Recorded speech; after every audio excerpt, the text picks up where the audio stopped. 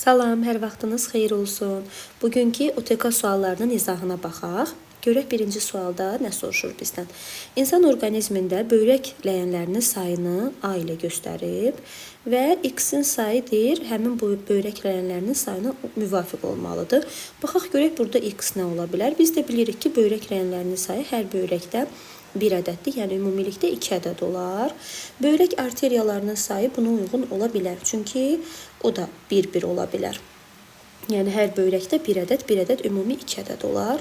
Böbrək venaları da uyğun olaraq böbrək ləyənlərinin sayına müvafiq olar. Böbrək piramidləri bir qədər çox olar. Ona görə böbrək piramidləri uyğun olmaz. Sidik toplayıcı kanalda nefronlardan elə bil çıxan qıvrım sidik kanalcıqları sidik toplayıcı kanala açılırdı. Bunun da sayı çox olar. Qədəhə bənzər kapsul da daha çoxdur. Sidik axarları amma hər böbrəkdən 1 ədəd, ümumilikdə 2 ədəd sidik axarları var. Ona görə düzgün cavabımız 1, 2, 5 D variantı olar. İkinci sualda deyir ki, gözün köməkçi aparatının qüsurudur və ya xəstəliyidir. Toyuq korluğu bilirik ki, köməkçi aparatın deyil, yəni gözün əsas hissəsinin xəstəliyidir.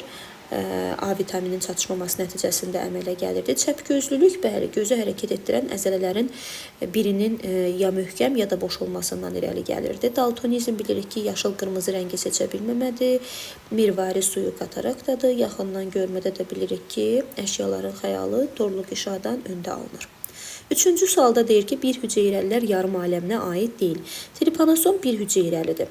Foraminiferlər də bir hüceyrəlidir. Leishmaniya da bir hüceyrəlidir. Aktiniya bilirik ki, bağırsaq boşluqlara aiddir. Qəşəng çiçəyə bənzəyir. Çox hüceyrəlidir. Radiolar da bir hüceyrəlidir. Ona görə aid olmaz aktiniya. Dördüncü sualda deyir ki, Miçurin tərəfindən sarı bölflör ilə kitaykanın çarpazlaşmasından alınan bitkilərin meyvələri əvvəlcə turş oldu. Bu əlaməti aradan qaldırmaq üçün biz bilirdik ki, hibridin çətirinə sarı bölflördən götürülmüş qələmlərlə calaq eləyir Miçurin. Ona görə elə burada düzgün cavabımız A variantı olur. Daha sonra baxaq 5-ci sualda deyir ki, çay xərçəngində xitin dişçiklər yerləşir. Xitin dişçiklər yerləşirdi birinci hissədə, sonra isə elə bil ki, üyüdücü hissə var idi. Daha doğrusu süzücü, 2 dənə elə bir lövhəciklər var idi, süzücü hissə idi. Ona görə fikirləşirəm ki, mədənin bilavasitə qida borusu ilə birləşmiş şöbəsində xitin dişçiklər yerləşər. 6-cı sualda deyir ki, glukoza glikogen çevrilməsi prosesini tənzimləyən hormonun tərkibinə daxildir. Glukozanı glikogenə çevirən insulindir. İnsulinin də tərkibində sink elementi olurdu. 7-ci sualda deyir ki, postembrional inkişafında tənəffüs orqanlarının daha çox müxtəlifliyinə rast gəlinir. Biz də bilirik ki, daha çox müxtəlifliyi qurbağadadır. Çünki əvvəl qəlsəmələrlə tənəffüs eləyir, daha sonra ağciyər və dəri ilə tənəffüs eləyir. 8-ci sualda deyir ki, insanın ödü haqqında hansı ifadə doğru deyil? Tərkibində eritrositlərin parçalama məhsulları daxildir tərkibinə. Bəli, daxildir. Qaraciyərdən nazik bağırsağa axır. Bəli. Öd kisəsindən də axır. Bu da düzdür.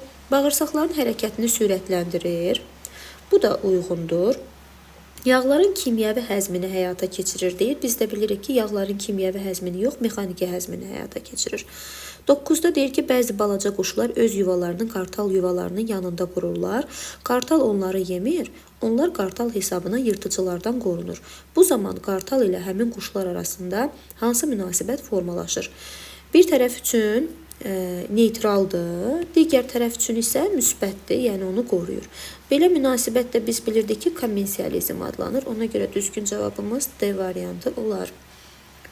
10-cu sualda deyir ki, insanın skeletində ətrafların neçə sümüyü bilavasitə gövdə sümüklərinə birləşir? Ətrafların neçə sümüyü bilavasitə gövdə sümüklərinə birləşir? Yuxarı ətrafdan 2 dənə körpücük birləşir döş sümüyünə. Aşağı ətrafdan da deməli 2 çanaq sümüyü birləşir onurğaya. 4 sümük götürərik ki, birləşir gövdə sümüklərinə. Başqa nəsə ola bilərmi? Burada fikirləşək bir. Ətrafların neçə sümüyü gövdə sümüklərinə. Ətrafları soruşduğuna görə düzgün cavabımız 4 olar ilə.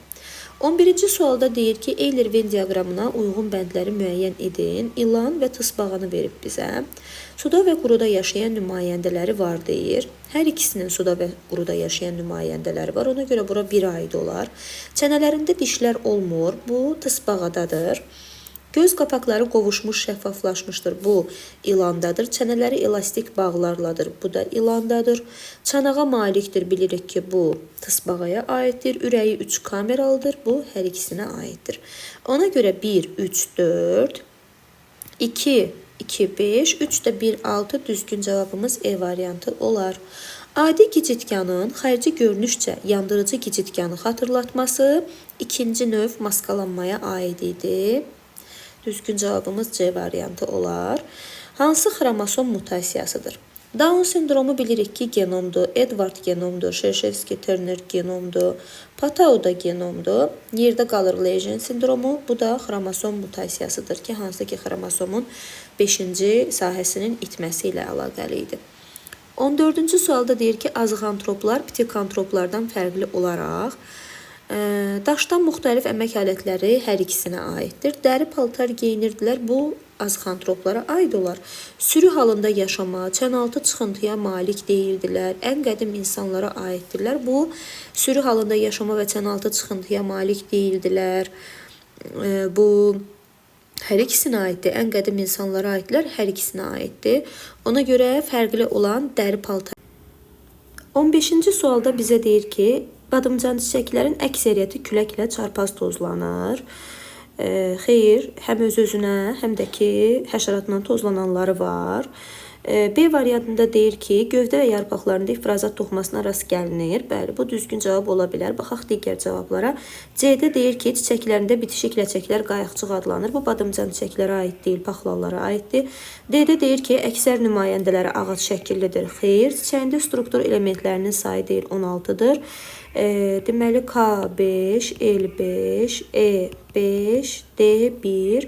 Burada çiçək yatağı və çiçək saplağına gəlsək 16 yox, 16-dan çox eləyəcək. Ona görə E-də deyir, düzgün cavabımız B variantı olar. 16-cı sualda deyir ki, kök pöhrəsi kök çiliyidir. Xeyr, kök pöhrəsi kökün üzərində çıxan əlavə tumurcuqdan inkişaf edən zoğuydu. Üzərində bilavasitə yan köklər inkişaf edə bilər, yox, əlavə köklər inkişaf edə bilər. Təpə tumurcuğundan yox, kökün əlavə tumurcuğundan bəli. Kökün yerüstü şəkil dəyişməsidir, yox, yeraltı şəkil dəyişməsi olar. Ona görə düzgün cavabımız, daha doğrusu heç kökün də şəkil dəyişməsi deyil, sadəcə əlavə tumurcuqdan çıxan zoğdur. 17-ci sualda bizə deyir ki, bakteriyaların başlanğıc sayı 5, bölünməyə sərf olunan zaman 110 dəqiqə. Bölünmə nəticəsində əmələ gələn bakteriyaların sayı 160. Bölünmələr arasında müddət eyni olarsa, iki ardıcıl bölünmə arasındakı vaxtı hesablayın. Əgər 160 dənə bölünmə nəticəsində əmələ gələn bakteriyaların sayı olub 160, baxaq, 5-indən 10-u, 10-undan 20-si, 40, 80, 160 olar. Nə deyir bizə? Ümumi 110 dəqiqədir deyir. Biz də buradan baxırıq 1, 2, 3, 4, 5 dənə bölünmədir. 110-u 5-ə bölsək, müddət deyir, eynidir. Ona görə 5-ə bölsək, neçə düşər? 2, 22. B variantı olar. Başlanğıc sayı 5, bölünməyə sərf olunan zaman, bölünmələr arasında müddət eyni olarsa, iki ardıcıl bölünmə arasındakı vaxtı hesablayın. Bəli, düzgün cavab 22 olar. İnsanın baş beynindən çıxan sinirlərdən 3 cütün hissi, 5 cüt hərəki, 5 cüt hərəkidirsə, deməli 4 cütdə nə olacaq? 4 cütdə qarışıq olacaq. Qarışıq. Nə deyir bizə? Deyir ki, bunu nəzərə alaraq mərkəzi sinir sistemindən çıxan sinirlərin təxminən neçə faizinin qarışıq sinirlər olduğunu hesablayın. Mərkəzi sinir sistemi dediyinə görə biz bilirik ki, 31 cüt onurğa beynindən qarışıq sinir çıxır. 31 cütü çevirsək 62 ədəd, 4 cüt qarışığı da buradan götürsək 8, ümumi eləyər 70. 70 x-dır. Ümumi deyir də bizə.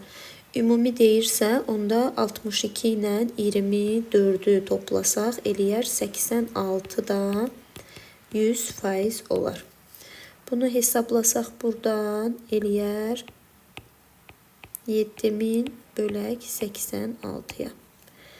Bunu bir dəqiqə bölək. 7086. 81/3 nə qədər? Ona görə düzgün cavab yuvarlaqlaşdırsaq 81/4 olar. 19-cu suala baxaq. 19-cu sualda deyilir ki, insanın daxili sekresiya vəzlərinin sayı boyun nahiyəsində yerləşən.